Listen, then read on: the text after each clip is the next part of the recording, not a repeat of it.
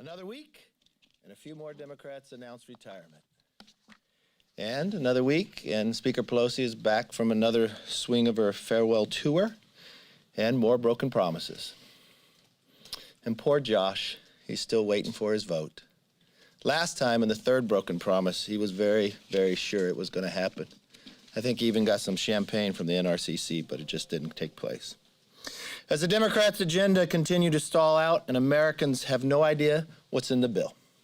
CBS poll shows that only 10% of Americans know. I think that number is even lower in the Democratic conference.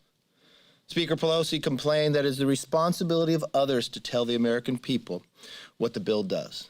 As the bill continues to fail, she even blamed you. But it also exposes the truth behind their socialist agenda. Democrats don't really want America to know what's in it because it will continue to stall the bill. You remember what Speaker Pelosi's old line is: we need to pass the bill to find out what's in it. It appears they feel the exact same way today.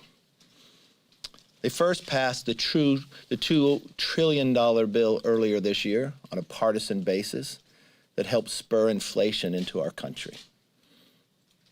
61% of Americans know what is causing inflation: the Democrats and their policies. Even 40% of the Democrats believe that their own policies are creating this inflation. Whether this bill is $4.5 trillion, $3 trillion, or $1.5, the Democrats' proposal will worsen inflation, continue to harbor and harm our labor shortage, won't do anything to stop the border crisis that we have today, and it will set our country back for decades. We cannot afford this, not ever, and especially not now. Americans are finding life today much harder than they did just a short year ago. If you go to the grocery store, it's going to cost you $200 more over the course of the year. You're being warned that you got to shop for Christmas now if you want to be able to get anything. Every time you go to fill up your gas, it's 42% higher. With the winter months around the corner, you're being told to brace for heating bills that will cost 54% more. Could you imagine being in America today, that tomorrow will not be better than today, but tomorrow will cost you more than today? And by all accounts, economic conditions are expected to continue to deteriorate. When confronted with the reality Americans are now facing, Democrats want Americans to lower expectations. You heard me many times before compare this Biden administration to Jimmy Carter. If you look back to 1979 and today, there are some very eerie similarities. In a time when Jimmy Carter had Americans being held hostage in the Middle East, Joe Biden created the exact same problem for Americans. You have inflation, same challenge that we had with Jimmy Carter. They both begged OPEC to try to get America out of their problems so they could become energy independent. Jimmy Carter had Billy Carter, and President Biden has Hunter Biden. We had an economics that Americans just don't feel strong as they once did before. We have an opportunity to change that, just as we did in the 80s. Today is the House Republicans who are fighting back. It's the House Republicans with a policy that would make America stronger. As I sat this week and I was back in California and I looked out over the coast to see those hundreds of ships sitting out there, you can see the pollution from the ships just sitting. And you wonder why it has to be this way. It doesn't.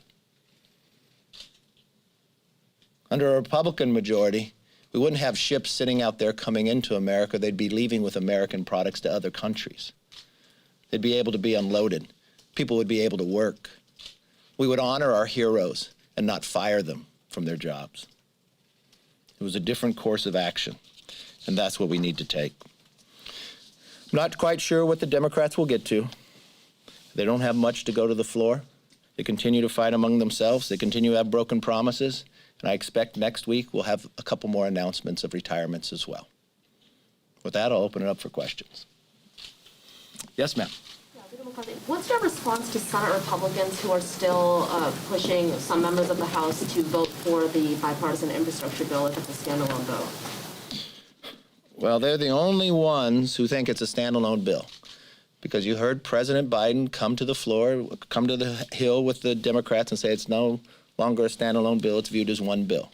You've heard Speaker Pelosi says they won't take it up, but they have to take up both of them. So my conversation with them is the same as it was before. It's not a standalone bill. It's considered as just one, and Republicans are opposed to having the just one. We support infrastructure. We would like to have an infrastructure bill. I know in the Senate they cede the ability to give flexibility to states to use COVID money that they have that they don't need for COVID that used on transportation project. That was UC'd in the Senate just the other day. I'm not quite sure why they don't do that inside the House. Yes. Speaker Pelosi just said about the reconciliation bill that it will be paid for and that no taxes will be raised. What's I'm your not reaction sure to if that? that's critical race theory thought or what. No one believes that. I don't even see how they say it. I don't see how you let people get away with it.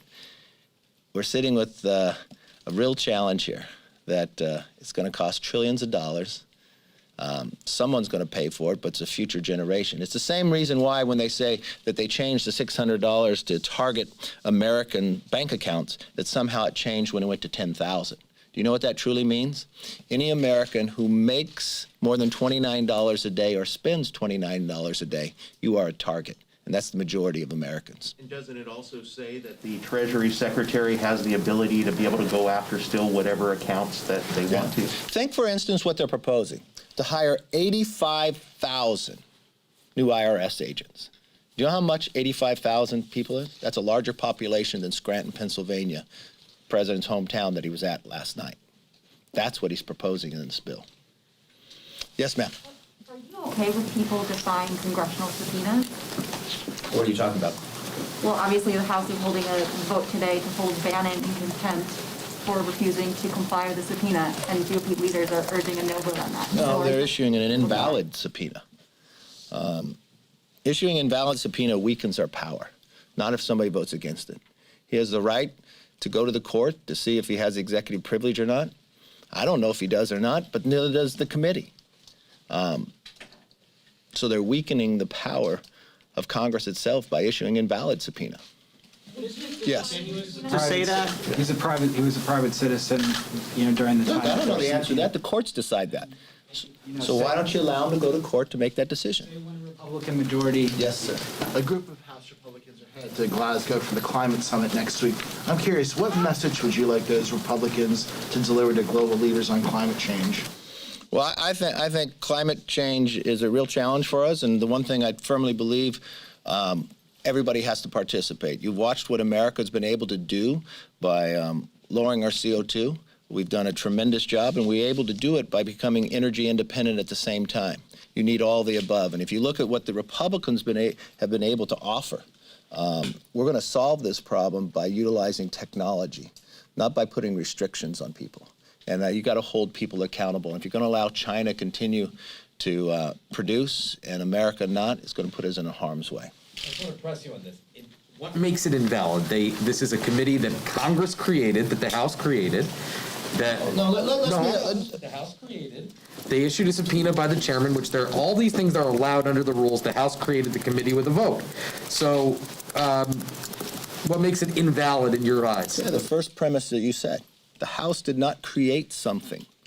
It was a select committee that for the first time in the history of Congress, that the minority was not able to participate in. That was in the... No, it was not able to participate. So you knew from day one my position on this. I did. And if it's not that, it's not viewed as a committee. This is being used. The rules are very clear and the law is clear. The House has a role for legislative body. Tell me what's the legislative body of this? They are using this to target their opponents. And even if you want to come to the basis that one person says they have executive privilege, nobody knows the answer to that, not the committee, nor I, nor even Bannon. The courts can decide that. But this committee is not allowing him to even go to the court to make that decision. That's not the role. What the committee should do One, allow the minority, like any time in the history, a point on there so they don't utilize it to target people. We've watched government today now targeting parents because they want to have a say in their children's education. What this committee should look at is why was the Capitol so ill-prepared, and make sure it never happens again. They have a legislative right to do that. That's what they should focus on. Not go focus on and targeting any political opponent that you think is out there. They can't name the legislative item that they're going after. It is laughable from that aspect. And they're weakening the power. And it's not just myself who's saying this. You can see even left-leaning legal scholars are now sounding the alarm on the Democrats committee and what they're doing. You got that from the Brennan Center as well. They're concerned about what's going to happen in the future based upon what this committee is doing. Last question. But you could have had an equal committee, though. Pelosi never gave us an equal committee. You had veto power. Okay, calm. Had veto power, no? He asked the question. Let me answer the question. First and foremost, I went to Pelosi in the very beginning in January and asked for a commission. Pelosi fought it for more than 6 weeks. When we wanted to have a fair process all the way through, she's the one who continued to deny it. While she did that, the Senate went out within their committees and bipartisan looked. And you know what the Senate looked at? Why was the Capitol so ill-prepared, and gave you recommendations of how to make it not happen again. That is what should happen of where we go. Yes, ma'am.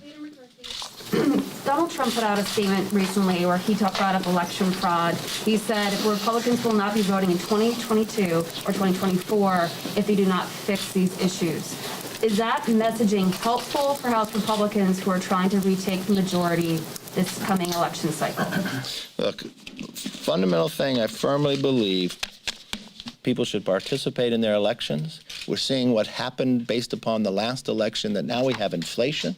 Now we have a Department of Justice going after parents because they want to stay in their children's school. We have shortages from your food. You have prices continuing to rise. We have crime in the streets. I think everybody should go vote to change the direction, just as we did back in 1979, that the next century could be American century if we get the Democratic policies out of here. Thank you all very much.